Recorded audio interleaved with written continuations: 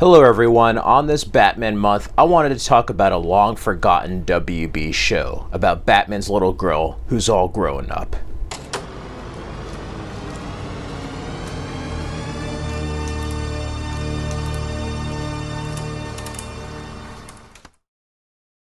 For Batman month, I wanted to revisit Birds of Prey. No, not the Harley Quinn film from 2020, but the 2002 to 2003 one-season show, Birds of Prey from WB. I watched this back in the day with my mom. It was a short-lived show, and it was at a time before you started having a lot of other comic book shows. You know, it was before Heroes. It was around the same time as Smallville, but Smallville is still in its infancy.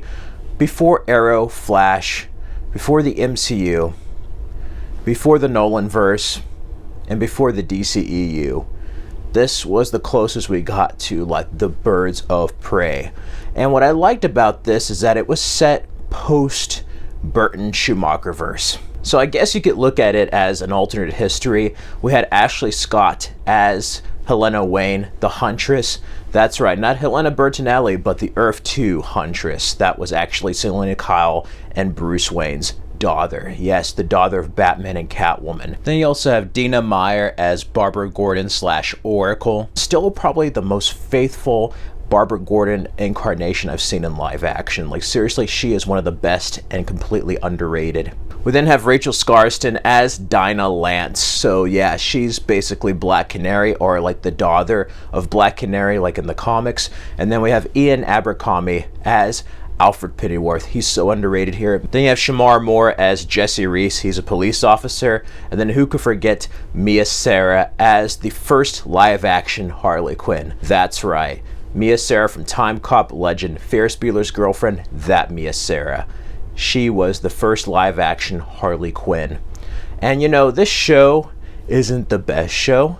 As a matter of fact, I revisited recently on Tubi. One thing that annoyed me is, I know they did this on the DVD, but like the music changes. They changed Revolution from Amy Allen with My Remedy was another artist, and then all the things she said is cut out of the final fight, and it lost something. I miss the original music. You gotta understand, guys, by today's standards, maybe even back then, the acting is a bit bad. It's a little cheesy. It's definitely in that post-Matrix funk that a lot of TV and films were in the millennium, but there's a certain charm about it that has the vibe of like the 2003 Daredevil. I can't explain it, and you know what? Despite its flaws, it's still a more faithful adaptation of the Birds of Prey comics than, say, the film.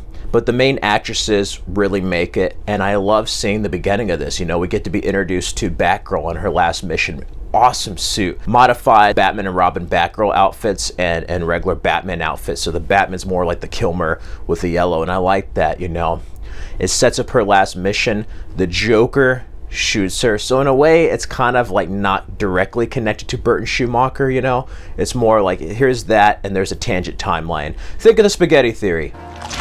It's a hot mess. It was cool hearing Mark Hamill's voice at the beginning. You get to see how she got shot, and then she becomes Oracle. So when the show starts, she's pretty much Oracle in the Watchtower, straight from the comics.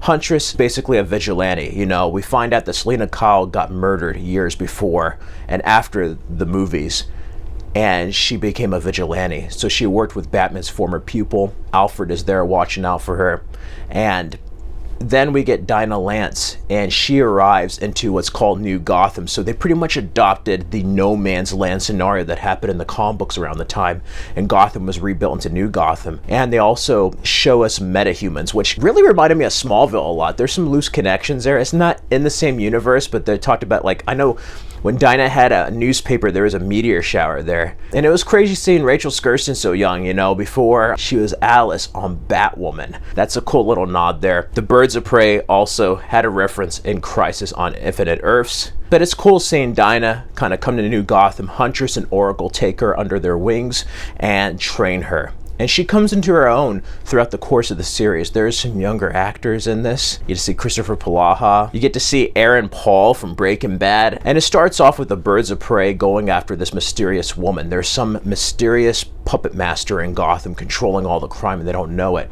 And what's different too is in this version, Harley Quinn is a therapist who's like almost kind of reformed in a way where they don't know she's like Harley Quinn, which Harley Quinzel and then Harley Quinn, I mean like duh, but like it's one of those things where like they don't really suspect her right off the bat and she's doing more evil stuff. You know, she is like Harley Quinn.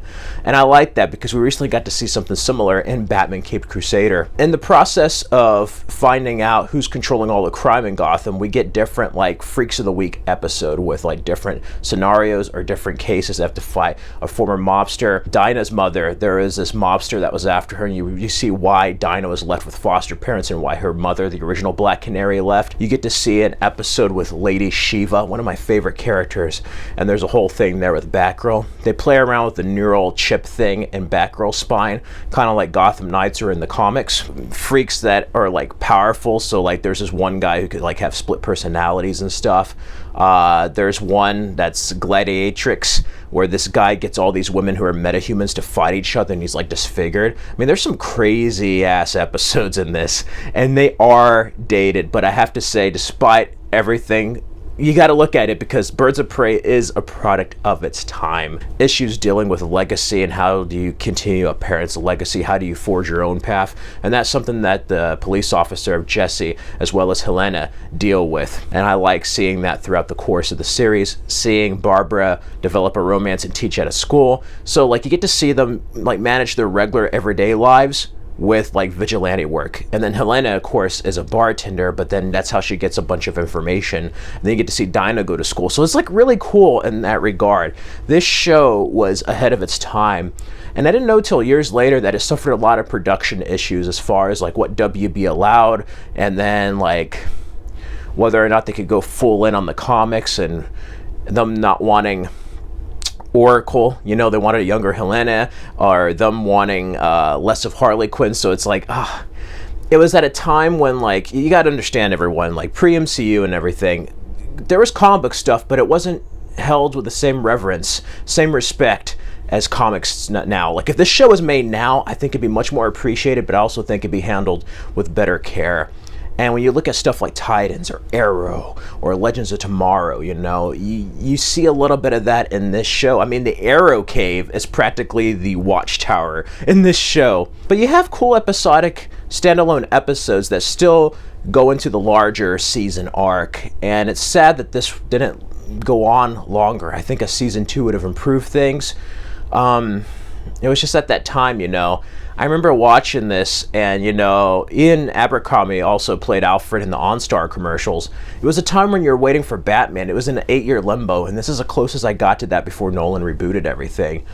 And was it the best? No, but it still got a lot of stuff that you never saw in live action on screen, you know. And another thing WB did was they had to basically film it at WB Studios. They couldn't film outside, so you can see a lot of the same streets. You can see the Friends Fountain. You can see the one street they used in Smallville. Like, it has that kind of small studio vibe. But overall, I mean, this is like WB stuff here. And if you liked Buffy, Angel, and even Smallville, and if you're a Batman fan, this isn't the best show, but it has a lot of charm, and it is a product of its time, and I think you will enjoy it for what it is. And definitely in a time before comic book material started being taken seriously, you know. I would love to see what a Birds of Prey, either movie or show, would look like now. If it's like this incarnation. But the 3 main women, they are the Birds of Prey. They make this. The actors, all of them, really drive this home, you know, with what they had to work with. I really like what they did in this show. And it was a show that was ahead of its time, and had a premature end, but it has its place in Batman history and WB history. And it's nice seeing older WB shows before UPN and WB merged to the CW. Like, I know they're almost the same, but like the CW quality wasn't like WB. Like, WB stuff had an edge and felt like modern, and I don't know. Something about WB was just so damn cool.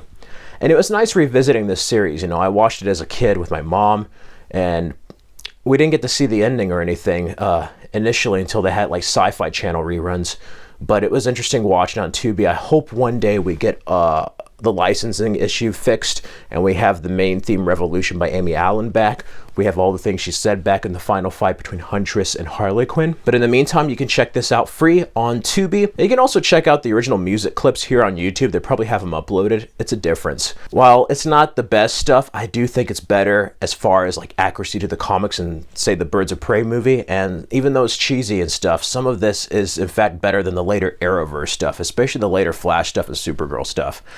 This show walked so the Arrowverse and Smallville could run. Let me know, what are your memories of Birds of Prey? Let me know down in the comments below. What are some of your favorite Birds of Prey comic book storylines? Who's your favorite Birds of Prey character? Mine's between Huntress and Batgirl. I just love them both. Let me know down in the comments below, and you can enjoy these videos for more content. Stay tuned for more Bat stuff on this Bat channel during Batman month. Till next time.